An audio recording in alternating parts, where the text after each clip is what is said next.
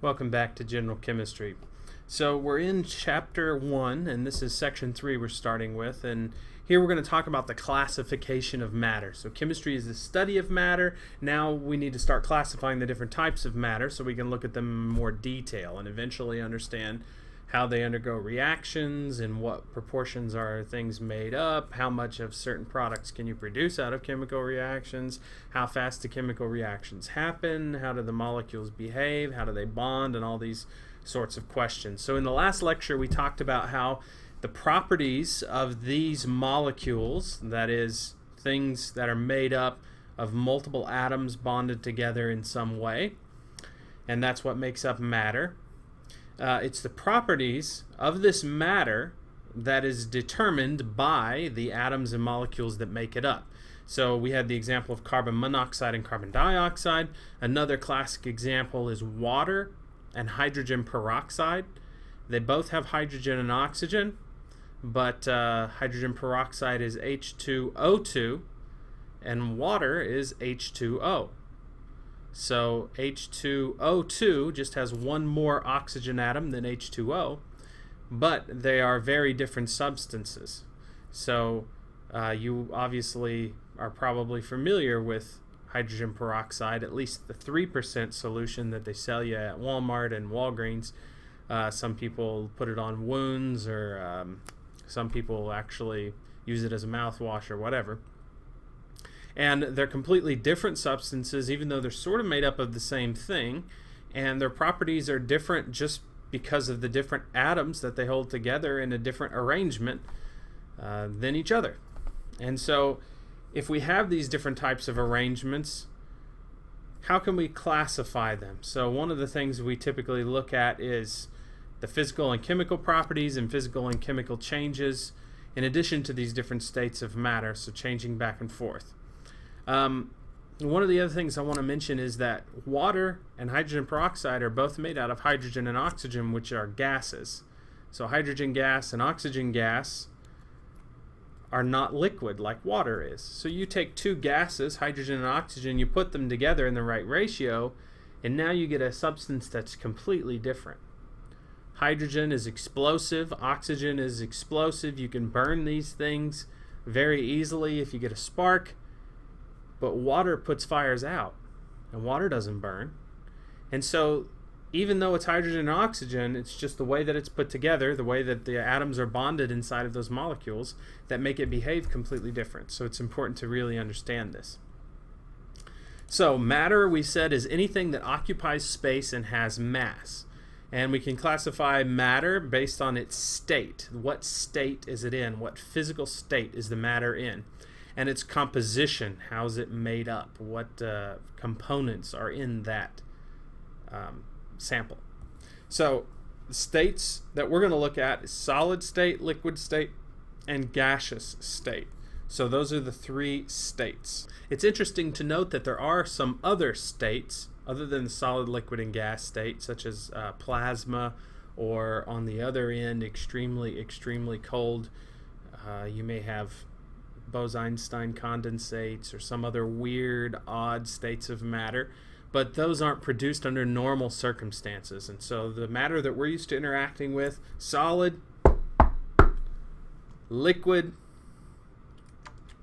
and gases that we normally breathe. So those three states of matter, how are they different? You can see like a molecular zoom in of those in this figure here. These three Erlenmeyer flasks, that's this flask shape. One contains a solid, one contains a liquid, and one contains a gas. Notice the molecules in the solid are very orderly and they're stacked up. And in the liquid, they're not so orderly, but they're a lot closer together. And in the gas, they're farther apart and they seem more independent. And that is very much true of those states of matter. This is on page 6 of your textbook if you're following along here.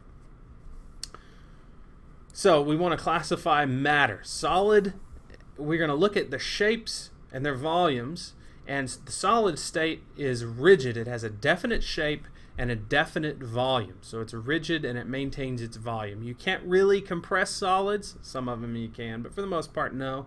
And they don't flow at all. Whereas liquids assume the shape of their container.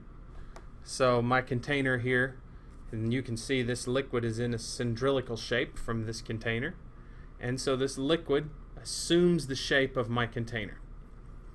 But it maintains its volume. We're not getting more liquid in there. So we have an indefinite shape and a definite volume. Indefinite and definite volume. And liquids are typically not compressible, although again some are, but for the most part no. And they do flow. They flow. The molecules can slide past one another. And that happens in gases too. So gases assume the shape of their container and assume the volume of their container. They are compressible. Like you can imagine a piston moving down inside of your engine, compressing that gas before the explosion pushes it back. And they do flow. Gases can flow from one container to another. So you can assume the shape and the volume. So it has an indefinite shape, indefinite volume. So solid is a definite shape, definite volume. Liquid, indefinite shape, definite volume. And gas, indefinite shape, indefinite volume. Indefinite meaning not defined. Okay, so that's the differences between solid, liquids, and gases based on the different characteristics that you can observe about them. So let's look at them in more details. Notice solids here are packed into regular fixed positions. They're very orderly. And these molecules, which is what these green spheres represent, are actually vibrating back and forth. Now they may be bonded in some way, either through electrostatic forces or direct sharing of electrons or some other thing. We'll talk about that in more detail. And so they have some amount of movement that they can actually do. These molecules may be vibrating. But they're packed very close together, and so they have a pretty high density compared to the others. And they're incompressible. They're packed very rigidly, so you can't push them together anymore. And the ability of these inability of these particles to move around results in these solids maintaining their shape and volume when placed in any new container, and prevents the molecules from moving past one another or flowing, if you will. Okay, solids come in a few different types. One type of solid you can have is a crystalline solid. Now this is when you have these atoms, these black carbon atoms, and they're physically bonded to other carbon atoms. They share some electrons in the middle, like glue, that holds those two carbon atoms together. All right, and they do it in a very regular pattern. So this regular three-dimensional pattern makes a crystalline solid. Examples of this would be like salts, sodium chloride salt, which is table salt, potassium chloride, copper sulfate, and a number of different salts of those kinds. And here we're defining salt to mean any ionic compound, which is something we'll talk about in the future as well. A diamond is an example of a crystalline solid. So that's our carbon atoms bonded together in this picture here. And a sugar is a crystalline solid. So it turns out that that solid can dissolve in water, but sugar cubes are still crystalline, regular, three-dimensional patterned molecules being held together such that they have a definite shape and a definite volume.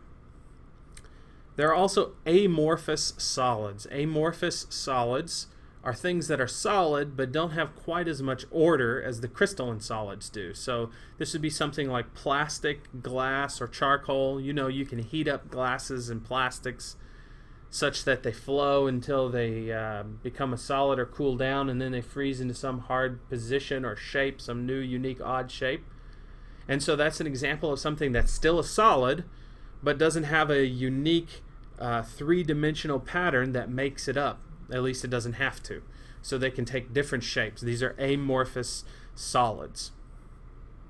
How about liquids? Well, we said before, liquids have a little bit more space and the ability of the atoms, or molecules, if you will, to move around one another. So the particles that make up the liquids are closely packed together, but still have the ability to flow past one another. And they are usually incompressible. You can't really pack them any tighter. And it's the fact that they can flow that allow them to take the shape of any container that you put them in. So they don't quite have enough energy or freedom to completely escape their volume and to fill their entire container, but they do take the shape of their container. Okay, now that's all opposed to gases. And so Gases then are molecules that have the ability to move past one another, are not held in a regular three-dimensional pattern, and are constantly flying around and bumping into one another. And so we're going to do a whole chapter looking at gases and gas laws and how to predict their volume, their temperature, and their pressures, and all these things along the way when we get there. I believe that's chapter 5. Yeah, chapter 5 is gases.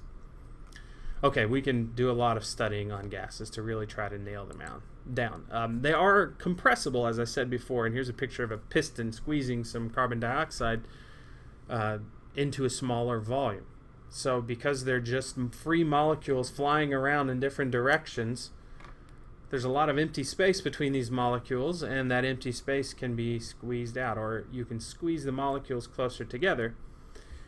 And they're not highly attracted to one another. They still prefer to move past one another. So another way to look at matter is to classify it and examine its composition. So its composition, meaning what it's made up of. What are the types of particles that make it up? How are these particles arranged? And what are the attractions or attachments between these particles? And do they come in a regular ratio or a typical standard amount, if you will? So the composition of matter. So you might build yourself a nice chart, and this is on page 7. And this chart shows you an example of how to classify different substances. So we're starting off with matter. It's all matter. Is it a mixture of different things, or is it a pure substance? If it's a pure substance, is it an element, the most pure of that substance? Or is it a compound, two different atoms bonded together, but still pure, not mixed in with anything else? On the other hand, you have mixtures, which are different molecules mixed together. So you can have mixtures that are heterogeneous, where you can pick out the different parts just by looking at it, or homogeneous, where the solution is completely uniform. Even though it's made up of different molecules, you couldn't tell it just by looking at it. You couldn't take a tweezers and separate out all the tea or all the sugar out of your tea, etc. It's a uniform mixture, or a homogeneous mixture. So you may think of homogenized milk, if you like. That's a homogeneous mixture. Or a solution is how we normally call them. Okay, let's look at these in more detail. So we're classifying some things as pure substances and some as mixtures. Pure substances are a single type of atom or molecule, and that's not mixtures of different ones. Okay, so this water, if it's really pure, only contains water molecules if it's a pure substance. If it's a mixture, it may contain other things inside of it. There's probably magnesium or calcium or phosphate ions or some other stuff. This is city water. It has been purified a little bit. It's probably not pure water. I can make it purer than this. So it's a mixture of some kind, but can you pick out the different pieces of things floating in this water? Not really. So it's a homogeneous mixture. A homogeneous mixture, or a solution. It's a solution of ions in water. But it's pretty much water, but not pure water, so we call it a homogeneous mixture, or a solution, if you will. So we have we have two or more types of atoms or molecules combined in with this water molecules. Okay, its composition varies, and different samples can have different characteristics. So mixtures, if you have heterogeneous mixtures, you can actually see clumps of stuff in different places or whatnot, and it has a variable composition. So we have matter. Is it a mixture, or is it a pure substance? That's the first division that we need to make. Well, once we make that, we can try to determine, if we have a pure substance, is it an element? So a pure substance is a substance that you can't break down into any other substance. It's a chemical reactor. Pure substances that cannot be decomposed into simpler substances by chemical reactions are called elements. That's as pure as you can get. It can't break down any further than that. It's a single type of atom, and that's all it is. So H2O is not an example of an element. An element would be the H in the H2O or the O in the H2O. Okay, anything that you can find on your periodic table of elements is an element. Okay, it may come in different forms. It may look different in different places, but if it's just that one type of element and nothing else, it's a pure substance. It is an element. Okay, a pure substance that is a compound can be two elements joined together making a molecule. So this would be an example if there were no ions in here and it was purified. This would be a pure substance, pure water, no other ions in it. Okay, that's not too hard to understand. That would be a compound, we would call it, because it's composed of different elements that are bonded together to make molecules. So it turns out that most natural substances that are pure are compounds. You don't typically have just pure elements laying around. Even elements that you mine out of the ground aren't typically super pure. They don't typically come by themselves, is what I'm saying. So if you decided that it's a pure substance, then you decided, is it a compound or is it an element? Okay. Going the other way, you decided it was a mixture. Is it a homogeneous or is it a heterogeneous? So homogeneous is uniform throughout. You can't find one spot that has more of a different type of substance or type of something than another. Or if it's homogeneous, it's completely mixed throughout. So there's no way you can look at it and see different regions that are made up of different things. If it's heterogeneous, you see different clumps of different things in different places, and you can physically tell. If I were to take some pepper and shake it into my water here, you'd be able to see little flakes of pepper. It would be a heterogeneous mixture. I could wait long enough and the pepper would settle out, but it would still have water mixed in with it. Okay, so typically those aren't mixed uniformly. Keep in mind that homogeneous mixtures we call solutions, and they can be gases, liquids, or solids. So I can have a homogeneous mixture of gases making solutions of gases. Yeah. Typically we think of solutions as being liquids, but no, they can be liquids, gases, or solids.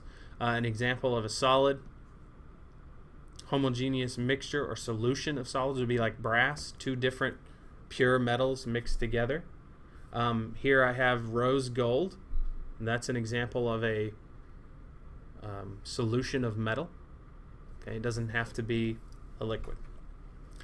All right, so we can separate those out into the two different places. We can make some predictions about whether it's homogeneous or heterogeneous, or if it's pure, it's a compound or an element. So changes in these states of matter. So matter can undergo changes into different states. It could be a solid and turn into a liquid or a gas, or a liquid and turn into a gas or a solid, or make any kind of change between those different states that are available if the conditions are right. So these are called physical changes. Things that change in state or appearance are physical changes. And the reason we're making this distinction is because we really want to know about chemical changes. Chemical changes are something that change at the fundamental level of the matter. So if it changes the molecules in some way, then it's a chemical change. If it just changes the state, it's not a chemical change. So we want to look and make observations about something and try to decide, is it a chemical change or is it a physical change?